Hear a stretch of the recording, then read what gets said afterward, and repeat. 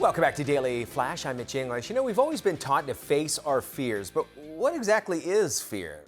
Fear can actually stop you in your tracks, or could it be a motivator to actually get you on your own path? What about having fun with your fear? That's freaking me out a little bit. Our next guest, FRANCO, is a best-selling author and a CEO of Brave Healer Productions.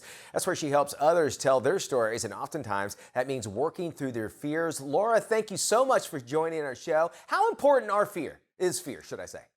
Well, fear can be a compass to your best ever life. That's how important it is. I talk about purpose-driven fear because you can read all in the books about flight and fight, survival fear, that primal fear. But really, I love to reframe this and call it purpose-driven fear. Okay, and explain that. What's the definition of fear or purpose-driven fear? You know, fear is really just a feeling inside of you. It's what we're making it mean in our head that is the problem. And some of these fears they're exciting. I had somebody call it fear just excitement without the breath, right? Okay. And we want to understand the difference so that we can move with the feeling of fear and go after what we want in life. All right, when you say have fun with your fear, are you talking about like your evil Knievels that are going to jump across the Grand Canyons? Is that what you're talking about? Explain that a little bit. That's a different brand of alien, I think, of those people who feed off the adrenaline kind of stuff. I don't even know if those dudes and gals have fear at all.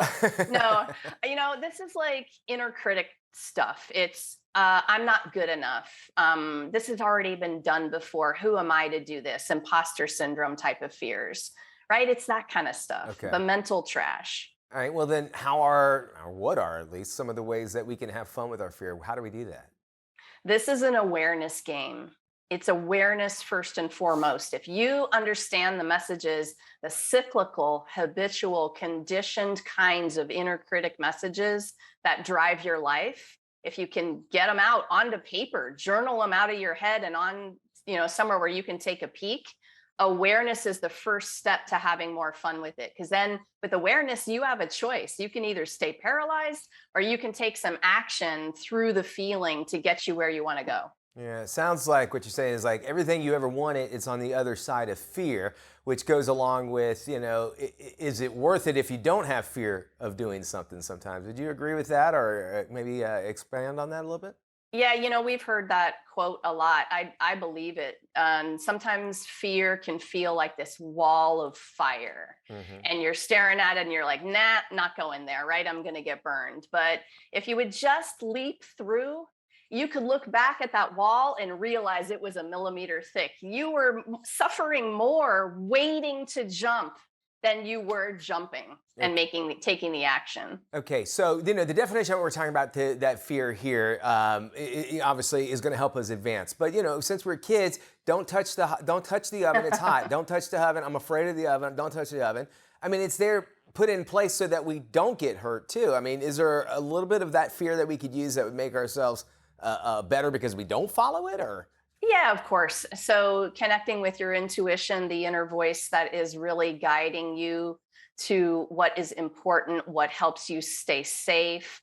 And it's understanding that message. Some things aren't so good for you. And it's really good to be in touch with that part of you, that higher self, that connected self that can guide you into places that really feel great and that don't hurt you. Of course, right. Yeah. It's going to keep us healthy and safe and alive, if you will. Okay, let's talk about exactly those first steps that we need to take in dealing with our fears. I mean, anybody can say, well, just do it. That's one way of getting it done. But is there a process that will make me more prepared to take past those fears? I think that as a healer, I'm speaking to you from a place of, they call it being mindful first, but I actually like to call that being bodyful. You have to understand what you are feeling in your body, the actual sensations. We were taught not to feel. We were taught, don't cry, you're good, get up, everything will be fine, right? So we've kind of gotten really good at numbing ourselves up. So step one is just being able to feel what's in there first and understand it. Okay. All right. You're a best-selling author. Folks want to find out more information about any of your books, or maybe even about what you're speaking of which, where can we go?